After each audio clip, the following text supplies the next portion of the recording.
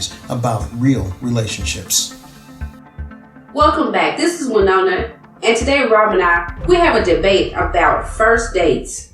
Yeah, she thinks the guy should wine and dine her and work to impress her right out of the gate.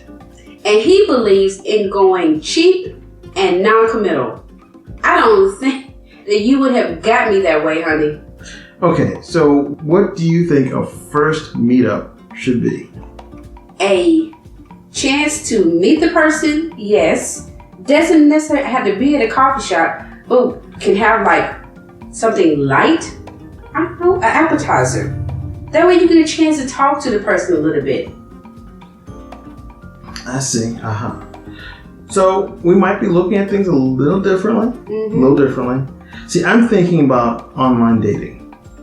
And in online dating, you have seen a few pictures, maybe more than just one. You've exchanged a few chats. And to me, that first meetup is not a date. It's to help you see if the two of you want to actually date each other. Yeah, I do think that it needs to be somewhat of the first date, because you do need to get a chance to see you've seen the picture and, but you want to get the chance to actually see the person. Yeah, sometimes it may look a little different from their photograph. Yeah, and then sometimes it might actually look the same. But if you have a chance, like I said, to sit down and have something, a light hors d'oeuvre, appetizer, something, you still get a chance to talk to that person. Okay, so I'm picturing a scenario where you say, hey, let's sit down in this restaurant and let's have this appetizer. Oh, can I have a glass of wine? You know what do they have on the entrees tonight? Is one or the other supposed to say, time out, no, we're not doing entrees, just appetizers because this is a meetup? Or does it just roll into a full-blown date? Now, what is so appealing to you about the appetizer scenario? Well, why is that important? I think that it's important to do that because you want to be able to, you have communicated with that person, yes, online, but you also, now that you're in person, you are having a chance to really have a chance to talk to the person about different things that you might have not just wanted to put online. I don't know. Why are you so sold on coffee shops though? Well, you're right, it is somewhat non-committal, and that's part of the reason. Because again, you could meet someone who seemed great online, and within the first few minutes realize, I'm wasting their time and they're wasting mine. This is not supposed to happen. We talked about Olivia and being taken to a 5-star restaurant, and at the end of this great meal, the guy just bailed on her and she's stuck with this huge bill. Okay, so with that's why I said you could get something light like an appetizer or something like that. Not going into a full-blown meal. Even though you might be in conversations, appetizer, maybe a dessert if it gets, that you're really interested in that person. If it doesn't make it to a dessert, then that's when, That's good. That's the indicator, right? Yes. Instead of using the kiss at the end of the date as the indicator is whether or not you get to dessert. Exactly. Well, I can see that. But, I don't know. It just seems to me, I've just been in that scenario before, and we'll probably talk about that a little bit later in this episode. But, I don't mind going to get appetizers or drinks or even a meal after I've met you at least once. But if I'm sitting there in a booth and we've ordered appetizers and I realize this is really bothering me. You have views, you have perspectives, you have opinions that rub me the wrong way so bad that I do not even want to wait for the check. It's time to go. So if that is the case, you just let the person know, I understand that we really connected online, but I feel like that we're not connecting in person, so you just kind of let the person down gently. And it's okay if they let you down gently. A person has to have, when you're dating like that, or even if you have, like I said, your first meetup date, they should let the person down gently if it's just not working out. So. Well, here's the thing, and I said I'd mention this a little bit later in the episode, and we're just careening towards this topic right now. Sure, go ahead. Oh my goodness! So I did this coffee shop approach. Actually, did it a few times whenever I was in my singleness, trying to find you, in fact. And I remember this one in particular. We exchanged some chats and even talked on the phone. We went to a coffee shop. And we sat down, and she was somewhat attractive, but didn't really present herself very well. And I thought, well, she just had a rough day. And then as the conversation continued, I found out that she had 4 children from 3 different fathers. One of them was in prison. And I just started seeing this picture in my head of what she's looking for. And before too long, she just flat out said, I'm ready to get married. Okay, so that would definitely have you run away on your first date. But I mean, that's a lot to unpack. It really was. So I mean, that's when you would calmly let the person know, okay, so, you finish your coffee and then you go. So. Yes. And so that's I try to take advantage of that opportunity and say, well, you know what,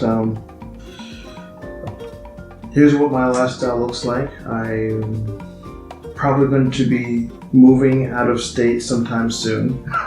Which actually I was. I mean, my job was looking at having me commute between here and another city, so that didn't pan out. But at the time, it looked like my job was going to have me. So you didn't lie. You did tell her. I told her the truth. Okay.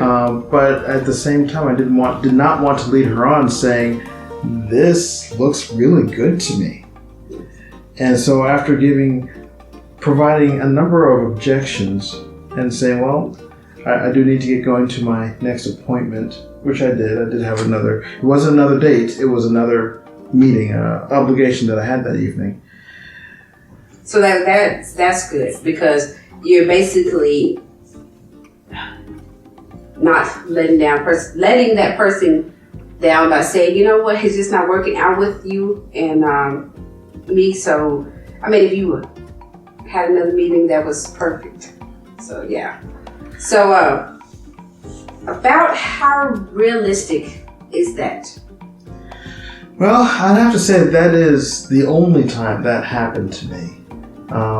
There were times when I met someone who I thought they were nice, they were cool.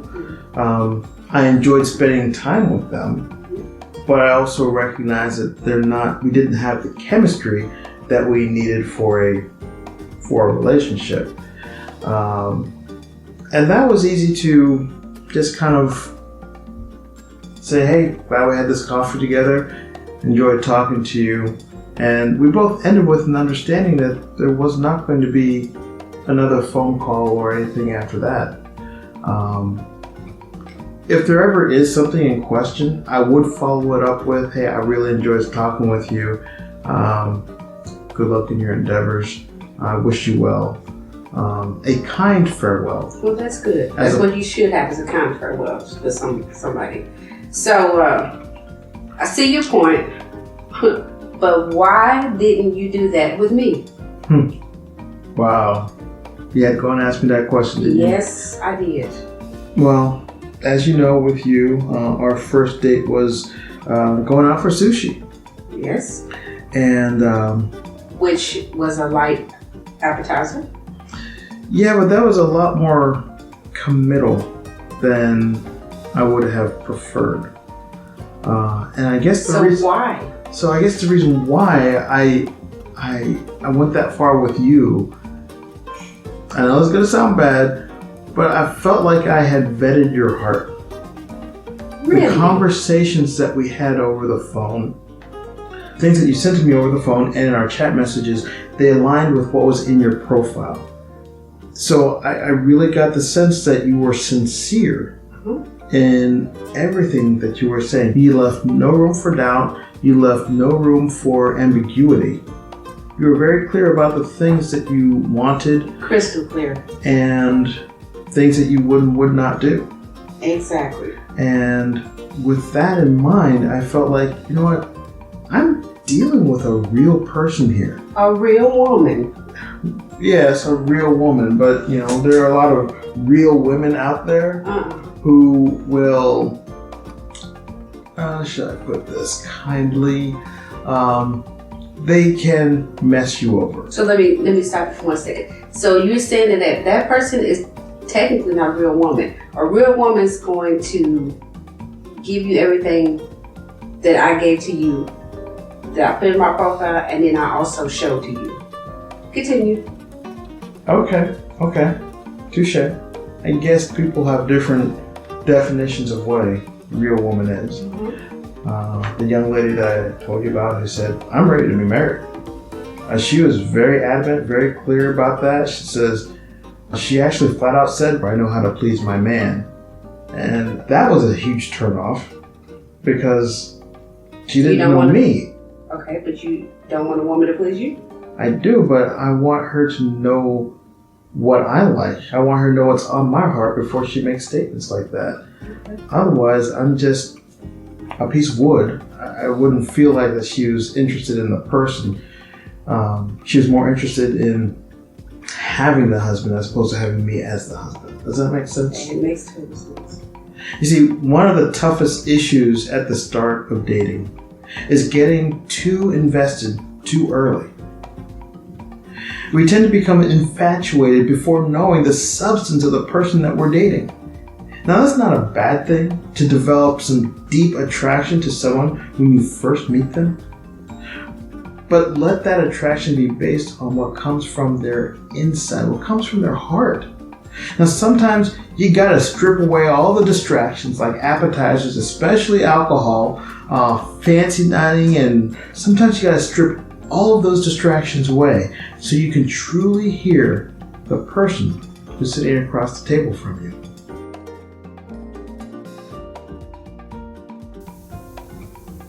Hey, thanks for tuning in to The Love Effect. Respectfully, we ask you to hit that subscribe button to help us keep this going. And if you'd really like some detailed guidance on how to find and confirm true love, come visit us at stepstofindtruelove.com. That's www.stepstofindtruelove.com. Blessings to you.